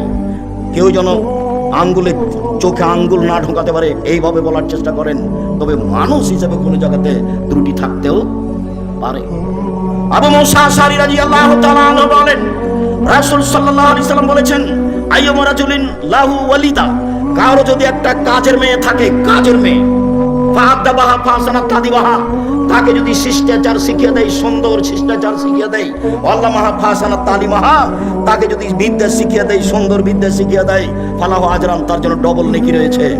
কাজের মেয়েকে বিদ্যা শিখাতে হবে, কাজের মেয়েকে শিষ্টাচার শিখাতে হবে। শিষ্টাচার কি জিনিস? নখ বড় কেন? শিষ্টাচার গ্রহণ করো, কেটে ফেলো। কপালে টিপ কেন? শিষ্টাচার গ্রহণ করো, টিপ তুলে ফেলো। শোনো, যেই ওই পায়ে যেগুলো বাজে সেগুলো কি? নূপুর। এই বাজনা নূপুর কেন? এটা শয়তানের বাজনা, খুলে ফেলো। এইভাবে চুল বেনি করে উপরে ধামাওয়ালিদের মতো করে রেখেছো কেন? এই শিষ্টাচার বন্ধ করো। শিষ্টাচার কি জিনিস? শিষ্টাচার কি জিনিস? আম্মু বাড়ি থেকে বের হলে আমাকে সালাম দিয়ে বের হও, শিষ্টাচার। আম্মু বাড়িতে ঢোকার সময় সালাম দিয়ে ঢোকো, শিষ্টাচার। আম্মু পড়তে বসলে নাসফালাকে ক্লাস রব্বে জিদিন ইলমা বলে পড়তে বসো, শিষ্টাচার। আম্মু ডান পায়ের জুতা আগে পরো, বাম পায়ের জুতা পরে পরো, শিষ্টাচার। আম্মু বাম পায়ের জুতা আগে খুলো, ডান পায়ের জুতা পরে খুলো, শিষ্টাচার। আম্মু টয়লেটে ঢোকার সময় দোয়া পড়ো, বের হওয়ার সময় দোয়া পড়ো, শিষ্টাচার। আম্মু মসজিদে ঢুকলে ডান পা আগে দাও, বাম পা পরে দাও, শিষ্টাচার। আম্মু মসজিদ থেকে বের হলে বাম পা আগে দাও, ডান পা পরে দাও, শিষ্টাচার। শিষ্টাচার দিয়ে, ইসলামী শিষ্টাচার দিয়ে দিন রাত পূর্ণ হয়ে আছে। আম্মু ডান হাতে গিলাস ধরো, 3 শ্বাসে পানি পান করো, শিষ্টাচার। ফিলিস্তিনের লোকেরা অরিজিনাল আরবি, মূল আরবি। ফিলিস্তিনের লোকেরা একবারে নগদ আরবি, কিন্তু তারা নিচে নামতে নামতে নামতে এমন নেমেছে যে শিষ্টাচার টোটালি ভুলে গেছে। আব্দুর রহিম মিশর আজহারে পড়তো, সেই সুবাদে গাজা ফিলিস্তিনের লোকেরা যারা মিশরে এসেছিল ওদের আমরা বাছাই করে কয়েকশো লোককে কয়েকবার সহযোগিতা করেছি। তা আমি সেদিন সহযোগিতা দিচ্ছি আপনাদের পক্ষ থেকে। আমি যখন দিচ্ছি তখন বাম হাতে নিল, আরেকজন বাম হাতে নিল। আমি দেওয়া বন্ধ করে বক্তব্য দিলাম। আমি আরবিতে শুনলাম, ওরা তো আরবি আমার চেয়ে বেশি বুঝে। যখন বললাম বাম হাত হলো শয়তানের জন্য, ডান হাত হলো রাসূল বলছেন খাওয়ার জন্য, পবিত্রতার জন্য। আয়েশা রাদিয়াল্লাহু আনহা বলছেন রাসূলের ডান হাত খানতে পবিত্র কাজের জন্য, খাওয়ার জন্য, আর বাম হাত খানটালে খানা এই পেশাব পায়খানার জন্য, অমিন কাদারা, আর যে খারাপের ময়লার জন্য। ওরা একবারে গুলগুলা হয়ে বুঝলো আরবি, ওরা তো আরবিতে এই জন্য। এবার বললাম নেন, তখন বাম হাত বাড়িয়ে গেল। কেন বলেন তো? আদাত, অভ্যাস। বক্তব্য বুঝলো ঠিকই, কিন্তু যেটা চলমান অভ্যাস সেটা পরিবর্তন সহজে করতে পারলো না। বাম হাতে নিচ্ছে, বাম হাতে নিচ্ছে। বাম হাতে খাচ্ছে, বাম হাতে চা ধরছে, শয়তান খায় বাম হাতে, পেশাবের কাজ বাম হাতে, পায়খানার কাজ বাম হাতে, ছুঁচে বাম হাতে, মানুষ কি করে ছুঁচে বাম হাতে, পায়খানা লাড়ে বাম হাতে। আচ্ছা আপনি বাম হাতে চা খাচ্ছেন, আপনার একটু মানবতা নাই? আপনি শিক্ষিত মানুষ, কে বললো? আমি বলিনি ভাইজান, আমি কোনোদিন বলি আপনাকে আমি গরু ছাগলের মতো মনে করি। বুঝেও বুঝে না, ওরা অন্তর আছে বুঝে না, দেখেও দেখে না, ওরা চক্ষু আছে দেখে না, শুনেও শুনে না, ওরা কান আছে শুনে না। উলাইকা কালানাম, তারা পশু প্রাণীর মতো, তারা গরু ছাগলের মতো, তারা কুকুর শ্রেণীর মতো। ভালো মজা তার চেয়ে বেশি খারাপ। যে শ্বশুর কাছে যৌতুক নেই সে কুকুর শ্রীগালের চেয়ে বেশি খারাপ। 24 ঘন্টার মধ্যে সন্ধ্যা হতে হতে মোটরসাইকেল ফেরত দিতে হবে। খালি মায়েরা বলছে, মায়েরা খালি বেটার সামনে গল্প করছে, আব্বু অমুক অমুক ছেলের শ্বশুর না বাড়ির সব কিছু ফার্নিচার সাজিয়ে দিল। খালি মায়ের সামনে এগুলো, মায়ের গল্প, ছেলের সামনে মা এগুলো গল্প করছে। মেয়ের বাপ ফার্নিচার সাজিয়ে দিবে, তুমি কি বলবে মাকে? আম্মা দিন মজুরি করে খেলেও শ্বশুরের জিনিস নেব না, প্রয়োজনে ভিক্ষা করে যদি খেতে হয় তবু শ্বশুরের জিনিস নেব না, বরং শ্বশুরকে একটা বছর শেষে লুঙ্গি কিনে দিব। যৌতুক চিরদিনের জন্য হারাম।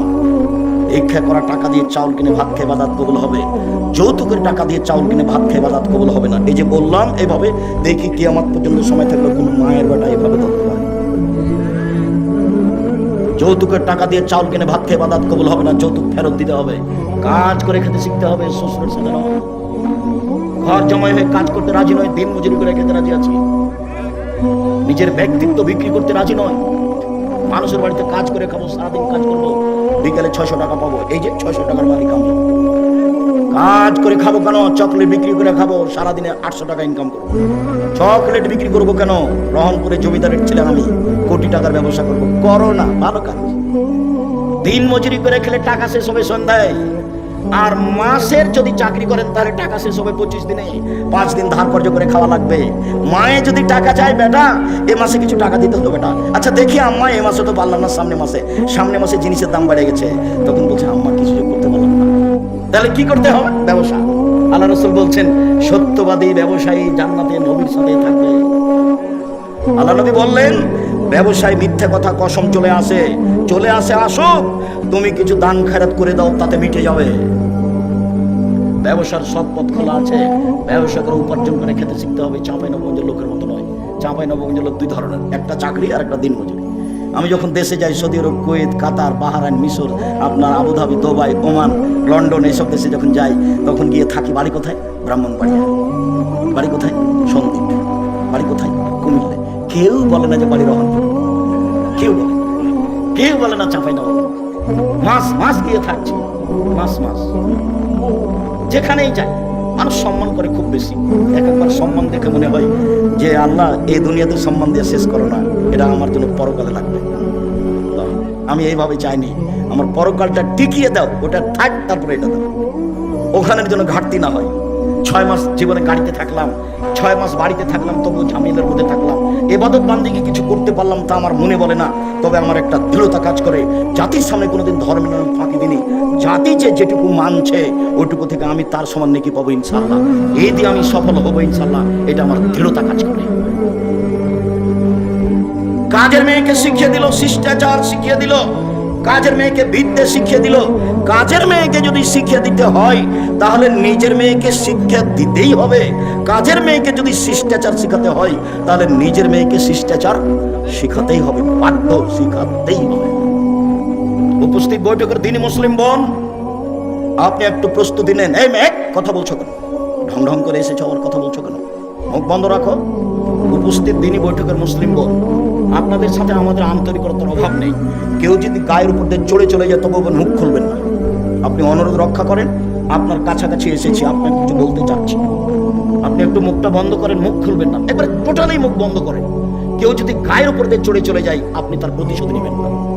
আচ্ছা গেছে, চুপ থাকেন আপনি, এইদিকে শুনেন। আসলে মাকে বহুদিন বলেছি, অনেক ছেলের জানা আছে, আপনারও জানা আছে। কথাটা পুনরায় বলে এটাকে আপনার কাছে শব্দ করতে চাচ্ছি, শুনুন। জাবের বলছেন রাদিয়াল্লাহু তাআলা, আমরা একদা রাসূলের সাথে যুদ্ধ করে আসছিলাম, মদিনায় ঢুকবো। তখন আল্লাহ রাসূল বলছেন, এই থামো, তোমরা এখানে থামো, রাতে সকালে বাড়িতে যাব।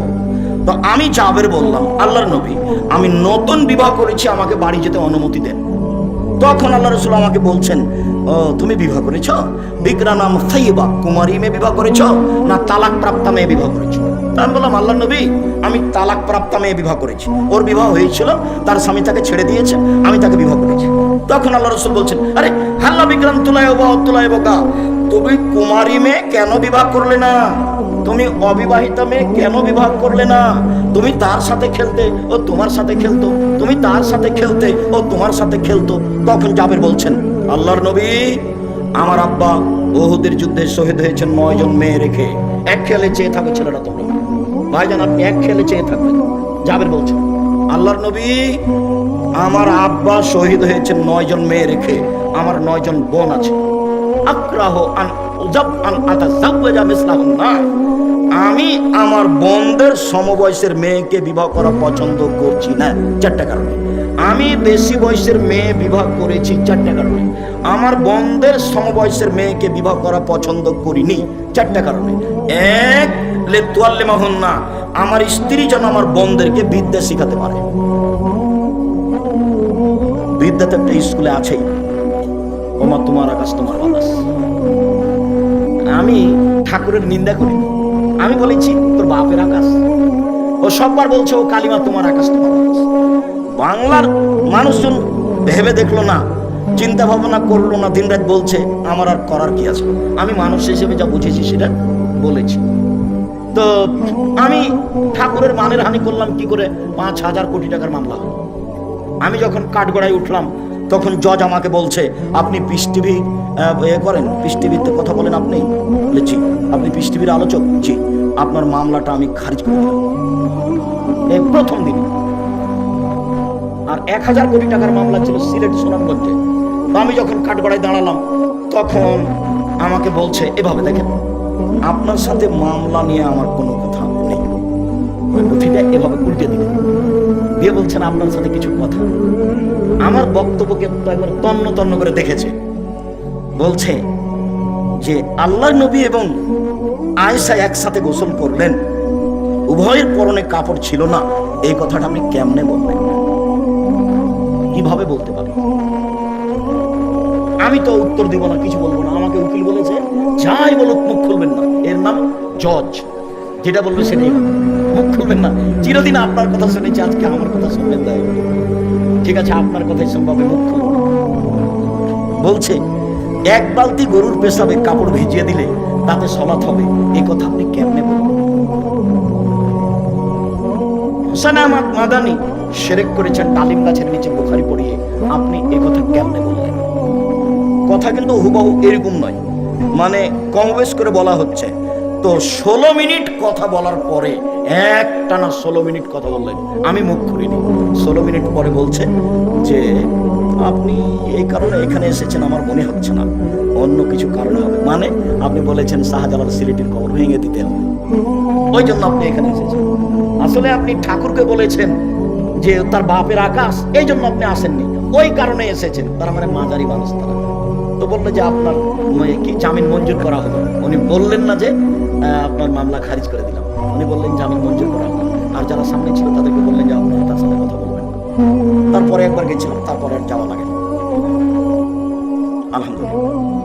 বলছিলাম, সম্মানিত দিনী ভাই বোন, রাসূল সাল্লাল্লাহু আলাইহি ওয়াসাল্লাম যেভাবে বললেন, জাবের বলছেন রাসূলের উত্তরে, 1, আমার স্ত্রী যেন আমার বোনদেরকে বিদ্যা শিখাতে পারে। 2, আমার স্ত্রী যেন আমার বোনদেরকে শিষ্টাচার শিখাতে পারে। উপস্থিত বৈঠকের দিনী মুসলিম বোন শুনেন, এই মেয়ে শোনো, শিষ্টাচার কি জিনিস? শিষ্টাচার কি জিনিস? বাড়ি যাওয়ার সময় একটা বই নিয়ে যাবো, আদর্শ পরিবার। আদর্শ পরিবারের শুরু থেকে শেষ পর্যন্ত সবই শিষ্টাচার, সবই শিষ্টাচার। ছেলেরা হাতে মেহেদি লাগাতে পাবে না, ছেলেরা মেহেদি লাগাবে মাথার চুলে ও দাড়িতে, যেটা সাদা হয়ে গেছে। মহিলারা হাতে মেহেদি দিবে, হাতে তো মেহেদি দিবেই, পায়েও দিতে হবে, হাতে ও পায়ে দুটাতে দিবে। তো আমাদের চাঁপাইনবাবগঞ্জে তার কথা ছড়িয়ে আছে, আল্লাহর নবী দাড়িতে মেহেদি দিয়েছিলেন, সেই জন্য পায়ে দেওয়া যাবে না। কথা যে মিথ্যে, ঠিক আছে, আল্লাহ নবী দাড়িতে মেহেদি দিয়েছিলেন, কথা তো ঠিক। তো আল্লাহ নবী দাড়িতে তো আতরও দিয়েছিলেন। আল্লাহ নবী বললেন, হায় জলা ঋতুওয়ালা মহিলারা যখন ঋতু থেকে পবিত্র গোসল করবে তখন লজ্জা স্থানে আতর ব্যবহার করবে। তা আল্লাহ নবী দাড়িতে যে আতর লাগিয়েছেন, এবার সবাই মনে হয় কথা ধরতে পারেন, আবার বলবো নাকি? বলবো। আল্লাহর নবী দাড়িতে মেহেদি লাগিয়েছেন, ভালো কথা। আমরা বুঝলাম যে সেই জন্য মেহেদি মহিলারা পায়ে লাগাবে না, দাড়ির একটা না মেহেদির একটা সম্মান হয়ে গেছে। তো আল্লাহ নবী বলছেন যে যাদের হায়েজ হয়েছে মহিলারা, ওরা যখন হায়েজ থেকে গোসল করে পবিত্র হবে, তখন আল্লাহ নবী বললেন যে ওরা যেন লজ্জা স্থানে আতর ব্যবহার করে। তো আতর যে আল্লাহ নবী দাড়িতে লাগিয়েছেন, এইবার তার মানে হলো এই লজ্জা স্থানে না লাগানো জিনিস, দাড়িতে লাগানো জিনিস লজ্জা স্থানে চলে, সেটা যদি চলে তো পায়ে কেন চলে না?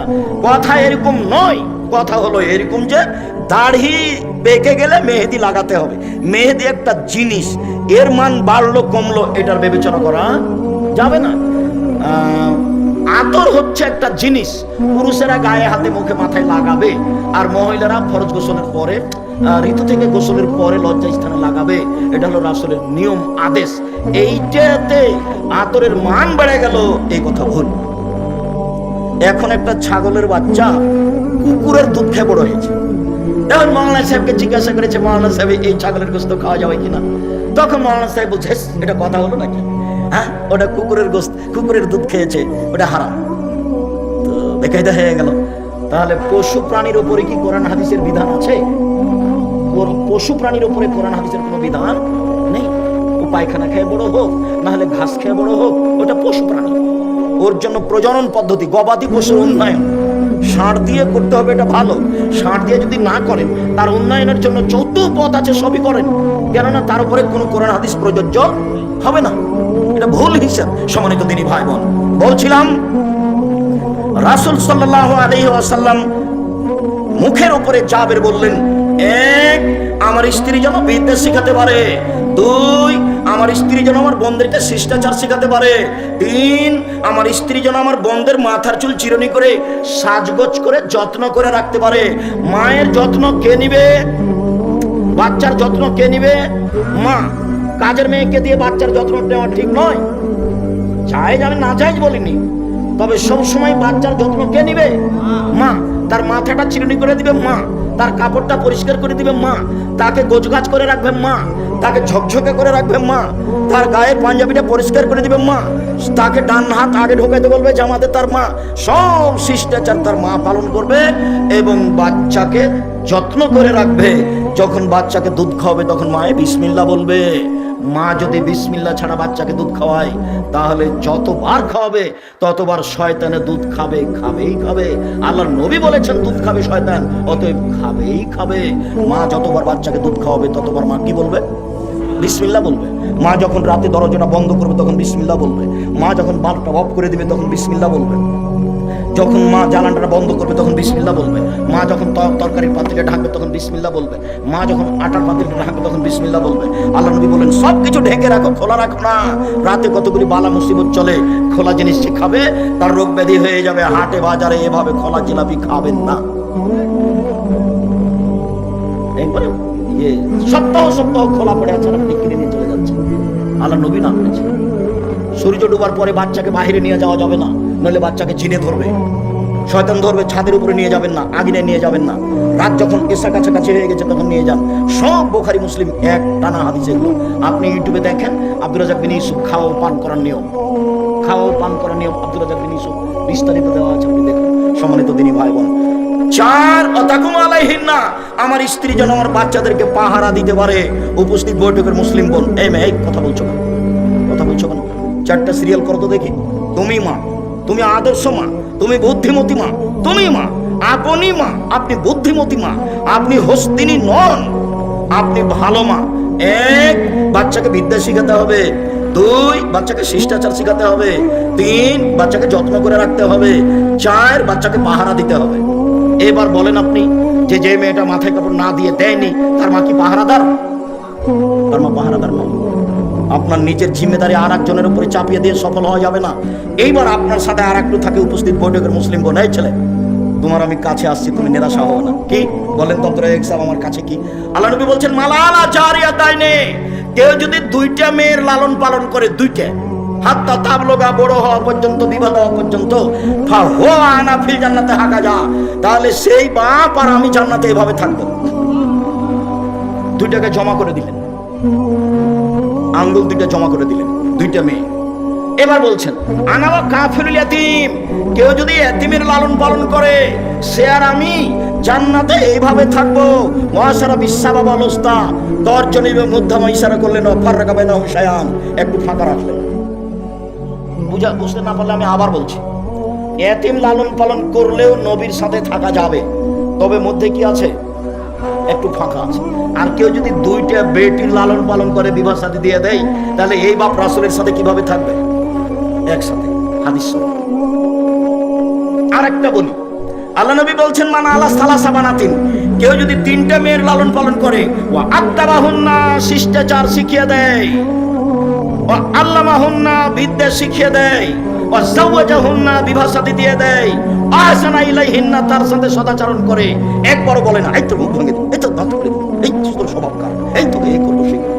একবার বাপ মেয়ে কিভাবে বলে, সবসময় আদর করে, চাপাই নবুদের ভাষা বলে আম্মু, কিনি গো আম্মু, বলে মাকে একদিন আম্মু বলেন, একবারে বলে শেষ করছে। আচ্ছা ঠিক আছে বলেন, সমস্যা নেই, তবে মাকে ভুলে যাবেন না। আমার একটা পরামর্শ মনে রাখবেন, সালাম ফেরার পূর্বে কি বলবেন? রব্বির হামহুমা কামা রাব্বায়ানি সাগীরা। আরেকটা কথা মধ্যে বলে নিচে, এটা ভারী আর এটা সহজ। সেটা হলো এই, একজন সাহাবী এসে বলছেন আল্লাহর নবী, আমার পিতা মারা গেছেন, ও তারাকা মালান, টাকা পয়সা ছেড়ে গেছেন, ওলাম ইউসিনি, আমাকে কোনো উপদেশ দিয়ে যাননি,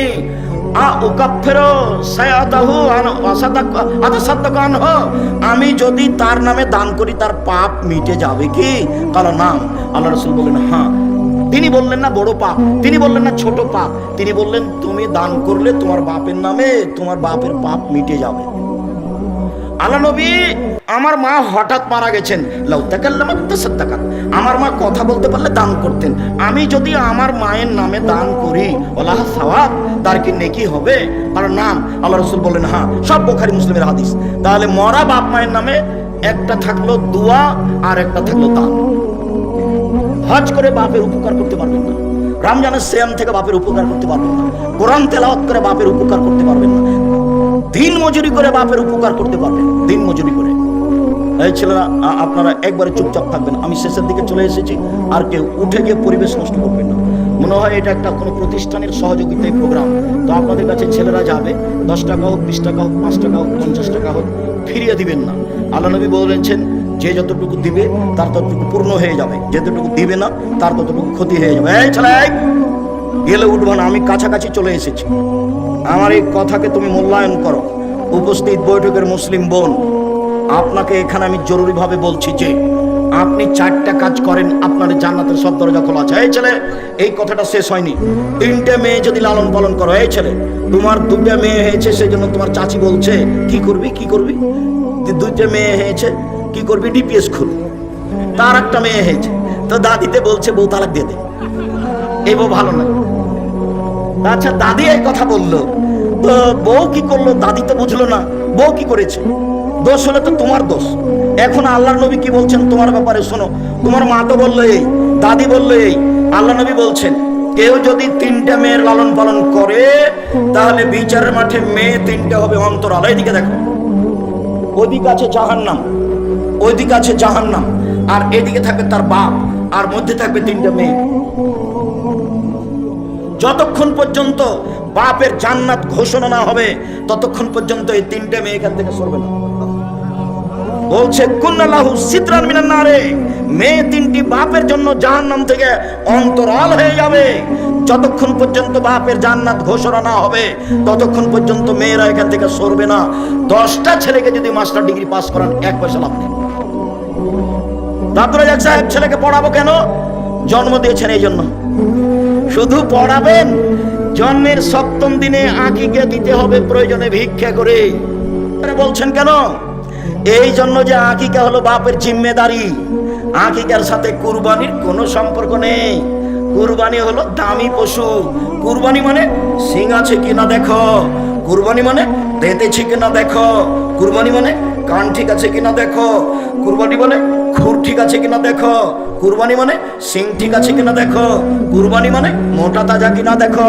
নেকির কাজ, আকিকা নেকির কাজ নয়, বাপের জিম্মেদারি। 7ম দিনের দিন করতে হবে, কানা হোক, ল্যাংড়া হোক, টেরা হোক, 500 টাকা দামের হোক, 2 বছরের হোক, 2 মাসের হোক, দিতেই হবে। প্রয়োজনে ভিক্ষা করে আকিকা দিতে হবে। সপ্তম দিনের দিন নাম রাখতে হবে, ছাগল জবে করতে হবে, মাথা নেড়ে করতে হবে, চুল সমপরিমাণ রূপা দান করতে হবে। 1 নাম রাখতে হবে। 2 ছেলের জন্য 2টা, মেয়ের জন্য 1টা, ছাগল ছাগি ভেড়া ভেড়ি দুম্বা দুম্বি জবে করতে হবে। 3 মাথা নেড়ে করতে হবে। ডাক্তার বলেছে দেরি করেন, দেরি নয়। নবী বলেছেন 7 দিনের দিন মাথা নেড়ে করতে হবে। 4 চুল সমপরিমাণ রূপা মূল্য দান করতে হবে। বাপের জিম্মেদারি, খাতনা দিতে হবে, অনুষ্ঠান করতে হবে না। খাতনা দিতে হবে, অনুষ্ঠান করতে হবে না। আকিকা অনুষ্ঠান করা যায়। কিভাবে করব? আপনি যে বলছেন গরু আকিকা দেওয়া যাবে না, আরে গরু আগের দিন জবে করেন না, 6 তারিখে 3-4টা গরু জবে করে দেন নাকি ভাইজান? দাওয়াত দিতে হবে ভালো করে। আর আকিকার দিন 2টা ছাগল, ছেলে হলে, মেয়ে হলে 1টা। এবার রান্না হোক, সারা গ্রামের লোক খাবে, সমস্যা নেই। আর খাতনার দিন কোনো কিছু নেই, খাতনা কোনো কিছু নেই। ছেলে এখন হাঁটতে পারে, পায়জামা পরাতে হবে, প্যান্ট নয়। পায়জামা পরাতে হবে, প্যান্ট নয়। টাকনুর উপরে থাকবে পায়জামা। মেয়ে এখন হাঁটতে পারে, পায়জামা পরাতে হবে, প্যান্ট টাকনুর নিচে পরাতে হবে, উপরে নয়। আর এই ল্যাংটা পায়জামা পরাতে হবে না। 2 ধরনের চলবে না, একটা হলো ঢিলে ঢালা, আর একজন ঢুকবে। কি এগুলো?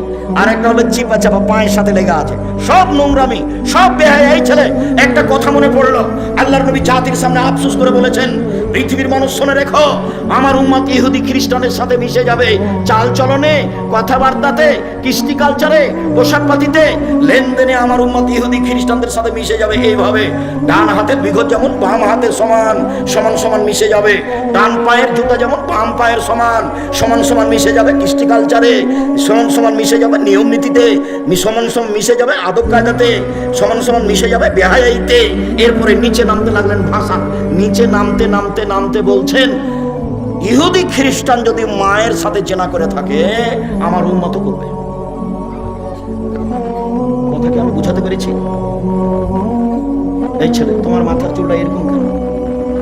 নিচের দিক চাচা আছে কেন? আমি লন্ডনে জুমার দিন, জুমার খুতবা থেকে নিচে নামছি, তখন একটা লোক বলছে আমার ছেলের জন্য একটু দোয়া করবেন।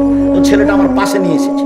আমি আমার ছাত্র জীবনে বলতাম, এই যারা মাথার চুল ছাড়তে শিখো, আমার মাথা ছেড়ে শিখো, আমার মাথার চুল এইভাবে গেলে কি আর এইভাবে গেলে কি, ওই আমি কোনোদিন হিসাব করি।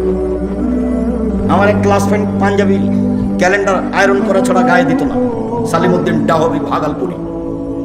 তো দোয়া করার জন্য নিয়ে এসেছে। নিচের দিকে নামছি, তো ছেলের মাথার চুল এই তোমার মতো করে কাটা আছে। এভাবে কেন? তো দেখছি যে নামতে ওই চুল ছাড়ার এগুলো দেওয়া আছে, ছবিগুলো। তখন আরেকজন বলছে যে ওস্তাদ দেখছেন না, ওই যে ওই ঢঙ্গে চুল কেটেছে। তখন আমি বলছি, দেখেন, লন্ডনে পয়সা উপার্জন করতে এসেছি, আদর্শ বিক্রি করতে আসেনি। লন্ডনে পয়সা উপার্জন করতে এসেছি, আদর্শ বিক্রি করতে আসেনি। আদর্শ বিক্রি করব না। প্যান্ট টাকনোর উপরেই পরবো, মাথার চুল সব সমান হবে, সামনে পিছনে উপরে। দাড়ি ছেড়ে দেব, মুখ ছোট করব, চেঁচে ফেলবো না। নখ কেটে দেব, নখে মেহেদি দিব না। মহিলা মানে নখে মেহেদি দিবে, হাতের নখে তো দিবে, পায়ের নখে দিতে হবে, দিতেই হবে। মহিলাদেরকে হাতের নখে তো মেহেদি দিতে হবে, হবেই, পায়ের নখেও দিতে হবে। যেভাবে দিলে দেখতে ভালো লাগবে সেভাবে দিবে। পুরুষের সুগন্ধি জাত দেখতে পাওয়া যায় না, গন্ধ পাওয়া যায়। পুরুষের সুগন্ধি জাত দেখতে পাওয়া যায় না, গন্ধ পাওয়া যায়। পুরুষের সুগন্ধি জাত দেখতে পাওয়া যায় না, গন্ধ পাওয়া যায়। নারীদের সুগন্ধি জাত দেখতে পাওয়া যায়, গন্ধ পাওয়া যায় না। নারীদের সুগন্ধি জাত দেখতে পাওয়া যায়, গন্ধ পাওয়া যায় না। নারীদের সুগন্ধি জাত দেখতে পাওয়া যায়, গন্ধ পাওয়া যায় না। বিউটি পার্লারে যা কিছু আছে সবই ব্যবহার করতে পারে, তবে বাড়িতে বিউটি পার্লারে নয়। এইভাবে ভরু কাটা হারাম, এইভাবে ভরু তুলে ফেলা হারাম, এইভাবে দাঁত ছিলে রাখা হারাম, এইভাবে উঁচু স্যান্ডেল পরে নিজেকে লম্বা মেয়ে দেখানো হারাম, এইভাবে ব্রেসিয়ার পরে কম বয়সের মেয়ে প্রমাণ করা হারাম, প্রতারণা হারাম। বলছিলাম, সম্মানিত দিনী ভাই বোন, আমরা কাছাকাছি শেষের দিকেই চলে আসলাম। আমি আপনাদেরকে অত্র প্রতিষ্ঠানে দান করার আন্তরিকভাবে অনুরোধ জানিয়ে, আপনি আপনার পরিবারকে সুন্দর করে গড়ে তোলার অনুরোধ জানিয়ে শেষ হাদিস। এই ছেলে, কারো বন্ধু যদি আতরওয়ালা হয় তাহলে আতর এমনিতেই দিবে, নইলে কিনে নিবে, নইলে গন্ধ পাওয়া যাবে। বুখারী মুসলিমের হাদিস। কারো বন্ধু যদি কামার হয়, পাশে বসে থাকলে আগুন ছিটে কাপড় জ্বলে যাবে। আর যদি কাপড় জ্বলে না যায়, কামারের পাশে হাপড়ের পাশে বসে থাকে, তাহলে ধোঁয়া আসবে। কামারের পাশে বসে থেকে নাকে মুখে ধোঁয়া আসবে না, এই কথা যেমন মিথ্যে, আপনার ছেলে মেয়ের বন্ধু বান্ধবী খারাপ, আপনার ছেলে মেয়ে খারাপ হবে না, এই কথা তেমনি মিথ্যে। শুনুন, কামারের পাশে বসে থেকে ধোঁয়া লাগবে না, এই কথা যেমন মিথ্যে। বান্ধবী খারাপ হলে মেয়ে খারাপ হবে না, এই কথা তেমনি মিথ্যে। মোবাইল সবচেয়ে নিকটের বান্ধবী এবং সবচেয়ে খারাপ। সবাই সহযোগিতা করবেন। আর বই পুস্তক আমি যা বক্তব্য দিলাম সব উপদেশ বই আছে। মিন্নাতুল বারি আছে আব্দুল্লাহর ব্যতিক্রম বইগুলি কি কি আছে দেখেন। আর আপনার ওই আল ইতিসাম পত্রিকা, এটা হলো চাঁপাইনবাবগঞ্জের লোকের পয়সা দিয়ে বের হচ্ছে ইতিসাম পত্রিকা। চাঁপাইনবাবগঞ্জের লোকের নিজস্ব পত্রিকা, 30 টাকা বেশি নয়। সবাই স্টেজ থেকে বইগুলি নিয়ে যাবেন, পত্রিকা নিয়ে যাবেন। নামাজের উপরে আমার বই লেখা আছে, দুয়ার উপরে আমার বই লেখা আছে ব্যতিক্রম। এই বইগুলি সংগ্রহ করুন। সকল দিনী ভাই বোনকে স্টেজ থেকে বইগুলি সংগ্রহ করার অনুরোধ জানিয়ে, বিশেষভাবে আমার দিনী বোন যারা, তারা একটু দেখতে পারেন যে আব্দুল্লাহর আম্মার বইগুলি আছে নাকি। কেন হব অবরোধবাসিনী, বেগম রুকিয়ার বিরুদ্ধে লেখা আছে, কেন হব অবরোধবাসিনী, কেন হব অবরোধবাসিনী। আপনি এই বইগুলি সংগ্রহ করুন। দিনী বোন যারা, তারা দেখেন আদর্শ নারী আদর্শ পরিবার, এই বইগুলি স্টেজে আছে। বই কোথায় আছে? বইগুলি হাতের ডানে আছে, আমার ডান দিকে আছে। কেউ খালি যাবেন না। মুখে যা বলেছি কলমেও তাই করেছি, মিডিয়ায় তাই রেখেছি। অতএব সবাই বইগুলি স্টেজ থেকে নিয়ে যাবেন। স্টেজ থেকে নিয়ে যাওয়ার অনুরোধ জানিয়ে আপাতত আজকের মতো কথা আমি এখানেই শেষ করলাম। গিলাফের নকশা, ফ্লোরে নকশাপূর্ণ মৌমাছির মতো দেখা যায়, এগুলো খুলে দিতে হবে। এক কালার টাইলস লাগাতে হবে। কেবলার দিকে ওই কাবা ঘরে টাইলস লাগানো যাবে না, সব সাদা এক কালার থাকবে।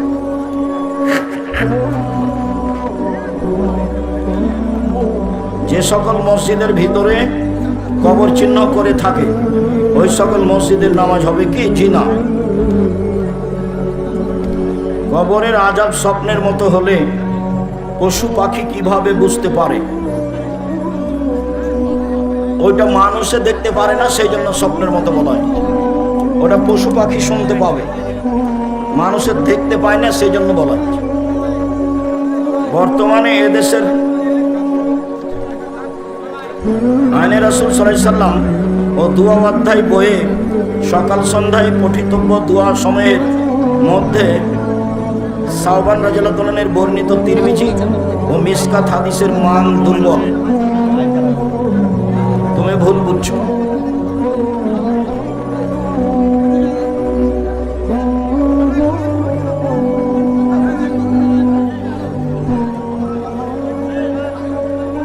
এখন ছবি উঠানো হবে না। আমার প্রশ্ন হলো, যদি কোনো মুসলমান নবীজিকে গালি দেয়, যদি গালি দেয় তাহলে সে মুরতাদ, তওবা করে ফিরে আসতে হবে। আসসালামু আলাইকুম ওয়া রাহমাতুল্লাহ। আসসালামু আলাইকুম।